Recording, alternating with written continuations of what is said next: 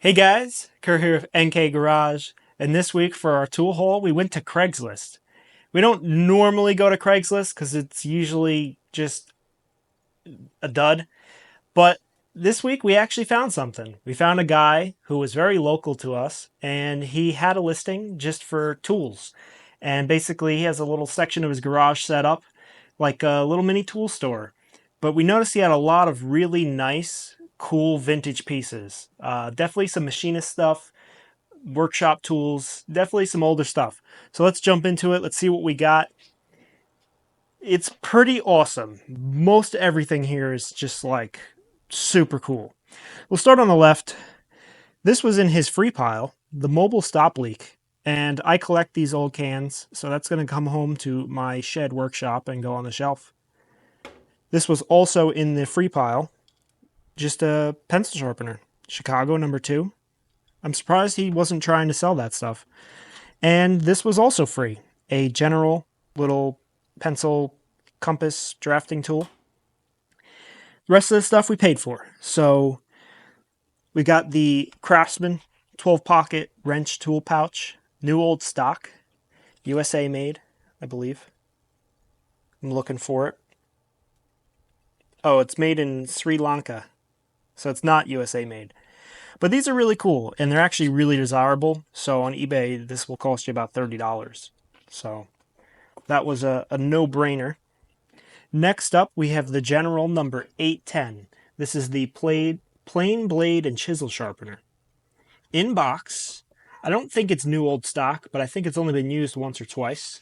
We have the old instructions here, and there's the tool, and it's beautiful. It's just in immaculate condition. I don't even know how to use one of these because I've never had it before. Super cool, super vintage, with the box and instructions. Just couldn't leave it behind.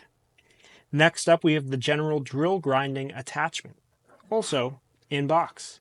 Again, probably either new old stock or used once or twice.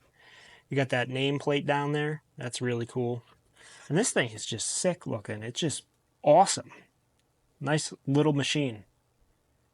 Thought that was just really cool. Instructions in there as well. On the instructions, it says wing nut not included. So I guess you got to provide your own wing nut. But that's okay. Next up, we got the General Dowling jig, number 840. And I don't think this was supposed to be in there. The Jiffy butt gauge. I could definitely use a butt gauge. Oh, it's only for 3-inch butts. Mine's a little too big. Let's open that up. There it is. General butt gauge. If only I had a smaller butt. Next in here, you obviously got the tool. I'm making a mess. We've got loose parts. But yeah, you put your dowels in here, I guess. I'm not really sure how to use it. I've never used one of these, but would be very cool to learn. This one's definitely been used, but it's in just superb condition. The guy took really good care of his stuff. Helpful hints. You got some set screws in the bottom and auger bit depth gauge. Really awesome.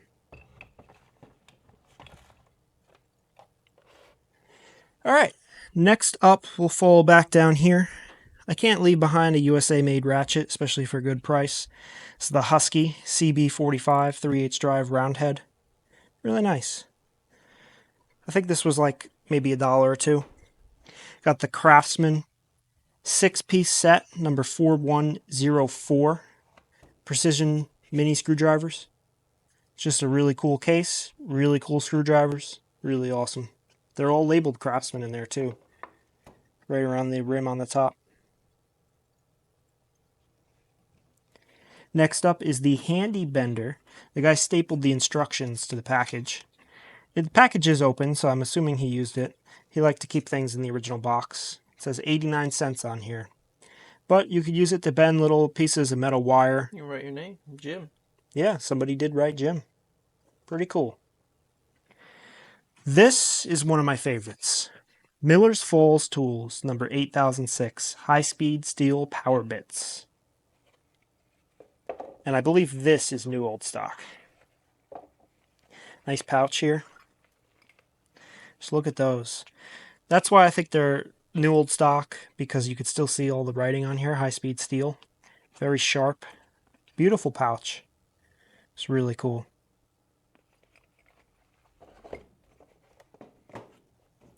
This bin is full of wood chisels.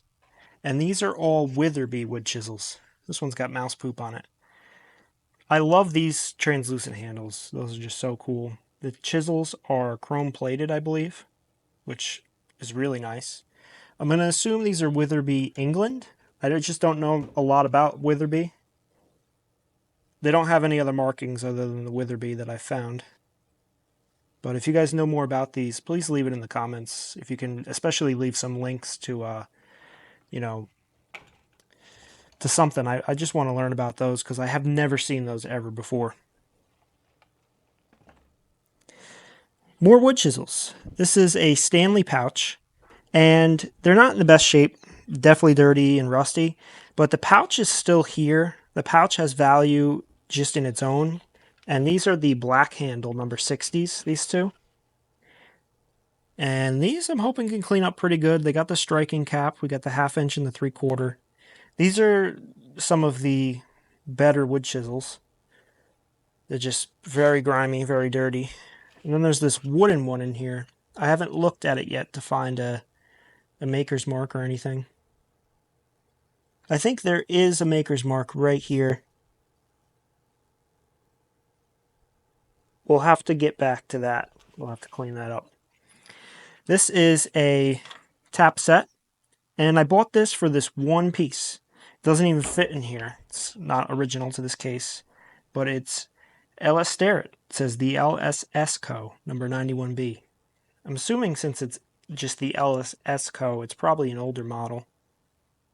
Works great. A little bit used, but I think he was asking $10 on the whole set, and that tap wrench is worth a lot more than that, so the rest of it is just knock around stuff. You know, they're labeled Japan. That's nothing crazy. Got a couple more boxes here.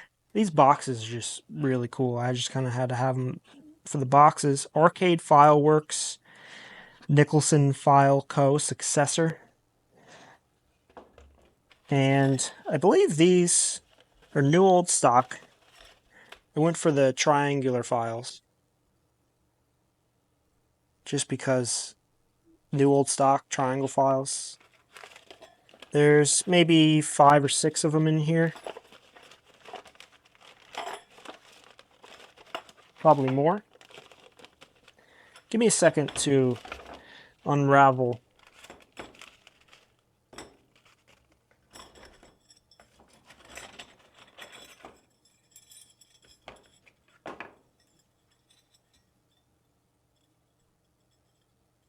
So we've got 10 files. This one and this one look used.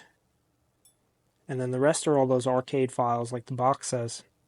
So 8 practically new old stock files, 2 used files for $5, I think, with the cool box. This is another box of files.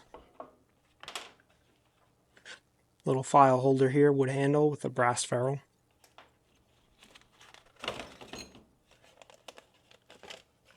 More of the triangular files. There's only 4 in here.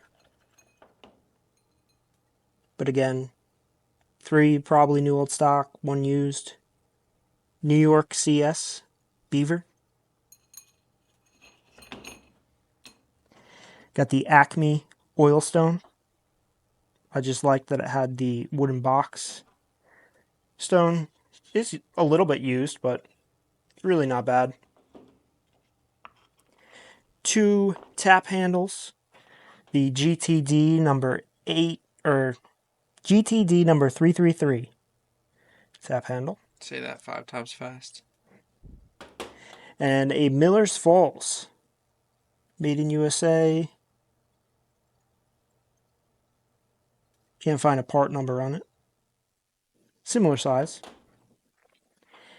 Got the Goodwill Pratt Company, number 436 screw pitch gauge. Very nice. General screw pitch gauge, made in England, number 252.